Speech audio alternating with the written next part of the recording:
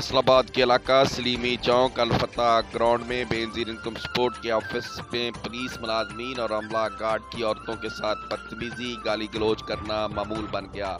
गुज़िश्ता रोज news home TV के नुमाइंदों से मजबूर और बेसहारा गरीब मुस्तहक औरतों ने गुफ्तगू करते हुए कहा, अब रोज़ाना बेनजीर सपोर्ट प्रोग्राम के चक्कर लगाकर थक चुकी हैं।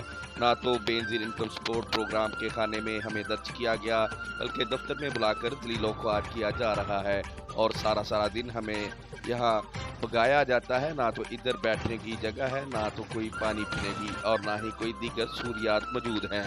मज़ीद तफसीलात से आगाह करेंगे, वहाँ पर मौजूद है नुमाइंदा न्यूज़ होम शबाज कमर मनाज। आइए आपको लिए चलते हैं। आंटी जी तुम कितने आए हो? ਅਸੀਂ 32 ਸਾਲੇ ਤੋਂ अच्छा इधर की लेना है? ਰਜਿਸਟ੍ਰੇਸ਼ਨ ਉਹਨਾਂ ਨੇ ਕਿਹਾ ਕੱਲ ਸੱਦਿਆ ਉੱਤੇ ਉਹਨਾਂ ਨੇ ਕਿਹਾ ਰਜਿਸਟ੍ਰੇਸ਼ਨ ਕਰਵਾ ਕੇ ਆ। ਉਹ ਰਜਿਸਟ੍ਰੇਸ਼ਨ ਕਰਵਾਉਣੀ ਸੁਬਾਹ ਨਮਾਜ਼ ਪੜ੍ਹੀ ਤੇ ਆਏ ਆ। ਇੱਥੇ ਬੈਠੇ ਅਸੀਂ ਕਹਿੰਦਾ ਉੱਥੇ ਮੈਨੂੰ ਕਰਦੇ ਉਹ ਕੋਨੇ ਤੇ ਬੈਠੀ ਆ। ਮੈਂ ਕੋਨੇ ਤੇ ਬੈਠੀ ਸੁਬਾਹ ਦੀ ਉੱਥੇ ਹੀ ਆ। ਮੇਰੀਆਂ ਲੱਤਾਂ 'ਚ ਸੋਜ ਪਈ, ਮੈਂ ਹਿਲਦੀ ਨਹੀਂ ਫੜਦੇ। ਮੈਂ 1-2-3 ਵਾਰੀ ਕਿਹਾ ਵਾ, ਉਹਨਾਂ ਨੇ ਨਹੀਂ। ਕਦੀ ਐਂ ਨੂੰ ਕਦੀ ਐਨ, ਮੈਂ ਉੱਥੇ ਹੀ ਬੈਠੀ, ਮੈਂ ਹਿੱਲੀ ਤੱਕ ਨਹੀਂ।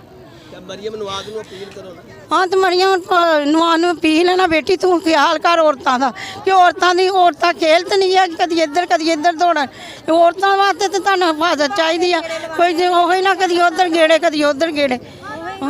हो ना बेटा तू अच्छा अम्मा जी आपके लिए इधर आपको बैठने के लिए कोई सहूलत है? कोई सहूलत नहीं। सानू बड़ा परेशान किया, असी ते गोडियां मारिया तो तंग बेवा सानू रवा छड़िया, सानू तंग कर छड़िया। भजाया इधर ले जांदा, भजाया इधर ले जांदा, कोई किसी नू नहीं कुछ दिंदा। हां असी बेवा औरतां गोडियां मारिया तो तंग आए पे, असी रोने पे खलोण नहीं जांदा। बीमार आ ते तुसी घर एक्सीडेंट होया वा, नहीं विच बुढ़ियां बड़िया जाना, धक्के देंदे किधर नूं जाइए मारे, असी कित्थे जाइए, असी सानू भी दसो। जदों उन्हें नहीं बना के दिंदे, जदों उन्हें नहीं बना के दिंदे ਇਹ ਕਰਦੇ ਸਾਡੇ ਨਾਲ। ਤੁਸੀਂ ਕਿੱਥੋਂ ਆਏ ਹੋ? ਮੈਂ ਕੋਰੀਆਂ ਤੋਂ ਆਈ ਹਾਂ ਡੀਟਾ ਕੋਲ। ਕਿੰਨਾ ਚੱਕਰ ਲੱਗਾ ਤੁਹਾਡਾ? ਮੈਂ ਤੇ 6 ਮਹੀਨੇ ਹੋ ਗਏ ਮੈਨੂੰ ਆਉਂਦੀ ਨੂੰ, ਕੋਈ ਨਹੀਂ ਬਣਦਾ ਹੀ ਨਹੀਂ, ਬਣਾਉਂਦਾ ਹੀ ਨਹੀਂ, ਦਰਾਜ ਹੀ ਨਹੀਂ ਕਰਦੇ। ਅੰਦਰਾਜ ਹੋਏਗਾ ਕਿ ਨਹੀਂ ਹੋਏਗਾ ਤੁਹਾਡਾ ਸੰਨ ਚ? ਜਿਹੜੀ ਬੱਚੇ ਵਾਲੀ ਕੋ ਤਰਲੇ ਲੈਂਦੀ ਕਹਿੰਦੇ ਅਸੀਂ ਤੁਹਾਨੂੰ ਬੱਚਾ ਚਕਾਇਆ।